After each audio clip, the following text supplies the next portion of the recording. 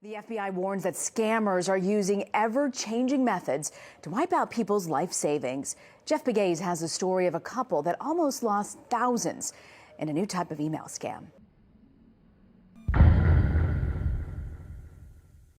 I feel like most people know what a scammer is. I feel like it's kind of common knowledge, and yet people fall for them all the time. So just in case you don't know, I'm going to give you a quick little description of what exactly this video is about and how I managed to really annoy a criminal who was trying to probably steal a lot of money from me. The more I talk about this, the more I regret it. A scammer is a thief, but they're a crafty breed of thief. Usually they'll contact you over the phone or over email, and they won't ever really actually meet you in person because they're scared.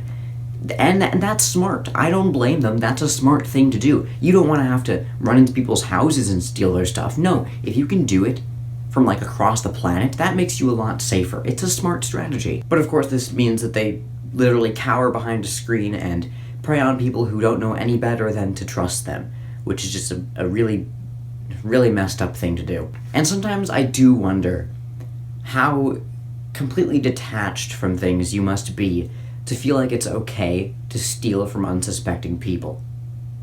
On an unrelated note, I recently was contacted by Frankie Alexander. Now, first of all, this guy has 2 first names, which is how you know you can trust him. And Frankie contacted me about this very YouTube channel, actually, which is kind of scary. So he was contacting me about a YouTube sponsorship. Now, again, quick little definition, just in case you don't know what a YouTube sponsorship is, I don't know.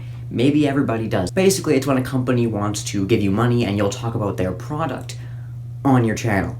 And so Frankie contacted me about this little game called Orbitron. It's a VR game, which I don't even really have a VR headset. I have like this cheap thing for like, I don't know, YouTube videos and such. I'm ordering something else, but like that's all I got now. So I don't know how he expected me to play this. But hey, he contacted me about Orbitron. He told me, hey, you talk about my game on your channel, and I'll give you a little bit of that sweet cash. You know what I'm saying? And you know, as a YouTuber, obviously, it is raining money on me all the time. But I will take a little bit more cash if it's coming my way. Of course, like I'll take it. So this all looked great. There was just one problem: Frankie didn't exist, and this email was a scam. I mean, obviously. Now, Frankie was from the Very Real Video Studio group of companies, which is basically like naming your kid Child. That's the most generic name ever, and it's hilarious. And he wanted to contact over WhatsApp, as all honest business dealings and businessmen do in the first place. So that's how you know you can trust him. He said good afternoon, he introduced himself, he talked about my channel. He never really mentioned my channel by name, which is how you know he said this to like tons of people. Basically, what he did is he like ripped the description of this game right off of its Steam page. He didn't even change it whatsoever. He literally just copy and pasted it from the Steam page, which is probably because this guy's Russian. You can literally see, like, he leaves some Russian text in his emails, like he just forgets to take it out, even though he's clearly trying to pretend he's American. Now, just to be absolutely sure this wasn't a real deal, because, maybe this guy's just really unprofessional and he is actually having, like, a real deal to talk to me about here. I mean, you never know, right? So I contacted the actual developer of Orbitron on Twitter. I couldn't DM him because he doesn't accept DMs, so I literally just sent out a public tweet to him out in the middle of nowhere for everyone to see. And sure enough, my darkest fears were confirmed, and yeah, this is a scam, all right, and this is when the scam baiting began. See, scam baiting is when you keep these guys on the phone, you keep them on the email. That doesn't really make sense. Whatever, you keep talking to them forever, for as long as you can, just to annoy them and just to get them to leave you alone, and it also keeps them from contacting others while they're busy trying to, get that sweet money from you. It's pretty dangerous if you don't know what you're doing, but I have done this before a few times, and this was looking to be a very interesting one because this one actually involved my YouTube channel. And yeah, it was interesting, alright. It was very interesting. By the way, if you do decide to go scam baiting, make sure you're careful, make sure you use all fake info. I did contact him over WhatsApp, but I used a disposable phone number, which is a tricky thing because Facebook, the owners of WhatsApp, does block many disposable phone numbers, but I did find one that slipped past their systems, and I got in contact with Frankie, and from there on out, I didn't use any real info. I made sure to be using a VPN every time I talked to him, so like, there was very, very no risk of him actually managing to scrape some info off of me. Which you should too if you do want to do this, but just remember to be careful, and you are responsible for the own risk that happens to you if you decide to go scam baiting. So, over WhatsApp, I introduced myself to Frankie, and I mentioned how very, very interested I was in this fantastic deal. I mean, this is $400 for one ad, and my YouTube videos generally get maybe like a couple thousand views on a good day. So $400 is not bad. This is a great deal for me. So I said, hi Frankie, and I mentioned how interested I was, yada yada, and he basically immediately responded. So he basically got straight to the business and asked me how much I wanted to be paid, which is weird because he specifically said $400 before. Again, just showing so much inconsistency. And so I told him, hey, I'll go on the low end.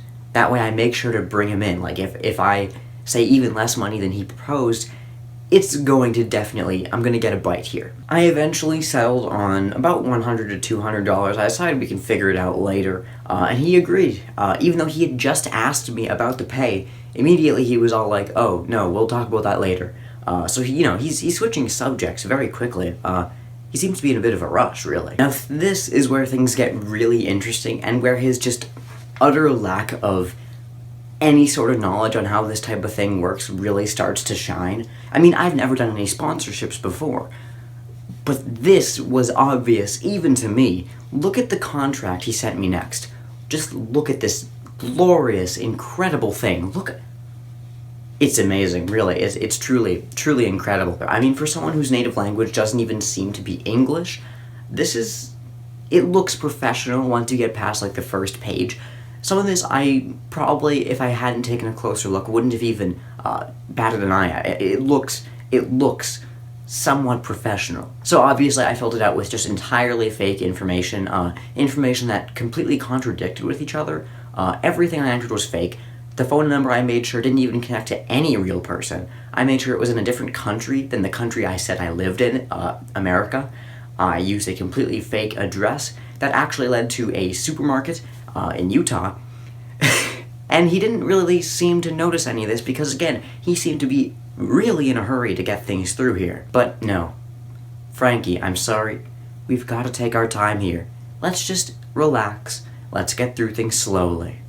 And so I tried to really slow down the conversation here. I tried to make him really, really want to speed things up, but I wasn't gonna let him. So I let Frankie know when I had filled all this in, and I also asked him, I was really curious how much he actually knew about this game, because clearly it's not much.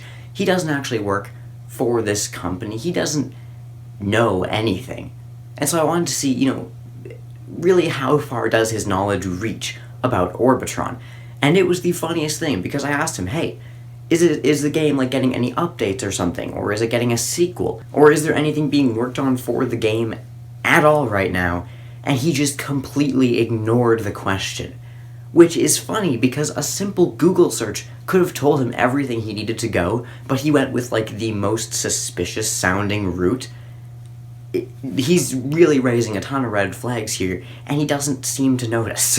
And then he told me he would send me an installer for the game. Now, I wasn't expecting this, because up until now, I had asked him, will I need a VR headset to do this? Because otherwise, this could get a bit tricky to keep this conversation going if I don't have a way to play the game. He said no. He said I just need to have footage of the game and then talk over it. Easy. There's footage of the game on YouTube.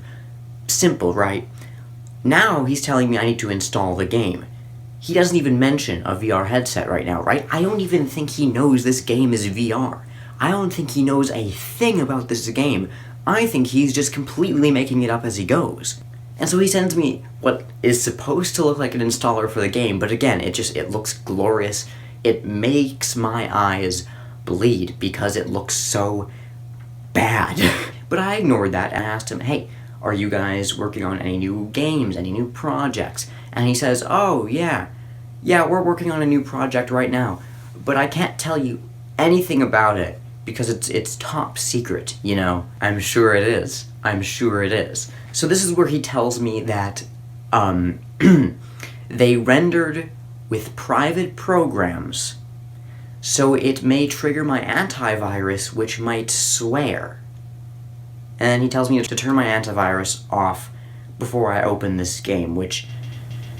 What? So logically, this was very confusing, and I asked him about this. I said, what do you mean swear? I'm not very comfortable with swearing. I very rarely swear in my videos. And so I mentioned, hey, I'm not really comfortable with that. If my computer, if the antivirus program is swearing at me, that's not something I'm very comfortable with. I'm not sure if this deal is a good idea at all. Now, we were both confused, and he didn't even say anything. He just sent this. So now we were both at a bit of a stalemate, and now I literally had to tell him what swearing means. He's trying to convince me he speaks English, and that he's not just using Google Translate or something. And I have to explain to him what swearing means. And so he immediately backtracks and he says, just turn it off, because it's going to tell you there's something wrong with this file I sent you. And so I say, okay, I'll turn my antivirus off. I'm downloading it now, sir, Mr. Frankie, which I wasn't downloading it. Yeah. And so while I say it's downloading, I try and drag on this little part of the conversation for a bit longer. I say, are you sure nothing will be swearing at me? Because it's very concerning and I might cry. And he just bluntly says, you'll be fine, which is... You can tell he's starting to get really annoyed with me at this point. He just wants this transaction, this virus, to go through. He doesn't want to talk to me anymore. And so I try and play the guilt card. I say, oh, thank you. You're a good friend, Frankie. It's good to know I can count on you. And he ignores this because, obviously, what little is left of his conscience is really bugging at him right now. And so I tell him it's downloading, and I try and, keep that going for as long as possible. And this is a weird part, and this kind of confirms he's literally just, using Google Translate or something to talk to me. He sends me a message completely in Russian, and then completely, deletes it right away, because he's somehow trying to keep up this lie. And so I mentioned that, I didn't know he spoke French, and that's very interesting. I've always found the French very fascinating. I think it's a great country. I live in Canada, so we got French people here. It's cool. I think they're pretty neat. That's cool. Now here his English is really starting to slip, and he's not even being careful anymore. So let me just read you through this entire message, and just try and savor it. The game stands on a brand new foundation, and their bases are not in the antivirus. So when you start it, it may knock out antivirus. Turn it off so that the paging files will give the opportunity to install other files for a comfortable work. Okay! This is like in those movies where the one nerd character is talking about what he's doing, and the directors and the writers really don't know how computers work, so they're trying to make it sound scientific and nerdy, but they're failing miserably. That's what this is like. So I ask him at first, how is this new game your team is making progressing? Is it similar to Orbitron? If so, I wouldn't mind sponsoring that game as well. My audience would probably like it as well. And he says, in the future, you will see. So I try to buy myself a little bit more time, and I say, the game looks like it's gonna take a while to install, probably almost an hour. How long would you say it'll take to download it? This was a mistake. I shouldn't have asked him this, because now he says a few minutes, and now I gotta recover from that. Yeah, he says a couple of minutes, and I say, okay, yeah, it's speeding up now. Yep, the download is going a lot faster now. I'm sure you're noticing this is really tricky. Most scammers will bite when you try and ask them something, when you ask them questions about who they are or what they do. This guy isn't giving me any of that, so it's really hard to work with this. Usually it's easier. But now I'm really having to fight to keep this conversation going without actually really doing anything he's telling me to do. It's very difficult. So I try again. I say, hey, I realize that I've been asking about the company and the game, but I haven't asked about you at all. How is your life going? Has the coronavirus affected you at all? I ask him if he has a family, if he has, I don't know, a wife or something. I'm trying to get anything here to find out who this guy really is, because it's fascinating. I've always been just interested by what drives people to do this, but he's given me nothing. Just nothing. So I try and recover this. I say, I understand you don't want to talk much about yourself. I just think that as honest and successful business partners, we should know a bit about each other. Nothing. He's not biting at all. So I respond and I say, are you still interested? And again, he sends me the installer for the game, even though I said I was installing the game. He didn't even say any words. He just sent me this PDF file again. Nothing. So I try and guilt trip him. I try and make him realize that I don't know what's going on. He's going to have to talk more. I say, I've already downloaded the game. I'm greatly confused as to why you've sent me this again. I'm not quite sure what's happening at the moment. You wanted me to open the game, correct? Yes, I want you to install the game and send me the number of frames per second. Now this is weird. I'm not sure why he's asking for the frames per second. That's a really weird thing. I guess he just wants to have a reason for me to open the game. But it's weird. I'm not sure why he asked for this. So, okay, I decide I need a new strategy here. It isn't working just to ask him stuff and try and build up a conversation. What I need to do is I need to make him think I'm completely hopeless. He is fully willing to give me the instructions here. There's that at least. What if I pretend to be a complete idiot and someone who knows nothing about computers or video games or anything? I think it could work, and so I ask him, well, you're in luck. It's already installed. I'll check the frames per second, but first, what are frames exactly? And, this was my biggest mistake. Because sorry, bye. That's all he said, and it was over. Before it had even really began, I feel like. Now, this wasn't quite the end. Not quite. But this was still really strange. I mean, this is probably the weirdest scamming experience I've ever had. Because he was actually being kind of smart about this in some ways, and really, really dumb about this in others. I don't know what to make of this. And I tried to respond to him again, but I think he must have blocked me or something. I don't know. I asked him, what do you mean? Are you busy? I must say this is rather unprofessional of you. I suppose I shouldn't have expected any better from a Frenchman. I do have one more question if you're available to answer. How do you wake up in the morning knowing you'll be stealing innocent people's money? Again, no answer. And, see, the thing is, the biggest mistake that Frankie was it? The biggest mistake Frankie made was he used his real phone number here. He didn't try to hide his identity all that well.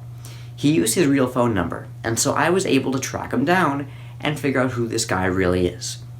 His real name is Novby, and I won't even try to pronounce the last name. Again, this wasn't quite the end, because I went over and I reported him to law enforcement. I went online, I gave them all the information I know about him, and I made sure that hopefully they'll be able to track him down and he won't be able to scam anyone again. So, that's the end of Frankie, aka Novby. It didn't really go as far as I would have liked it to. But we've learned a valuable lesson today, and that is, these people are jerks. They will steal your money, and they won't feel bad about it. So, I wanted to make this video, one, to be entertaining, even if it didn't end very climactically. I think it had its moments, and, if you do come across scammers, just don't give them what they want. That's ultimately all there is to it, and that's about it.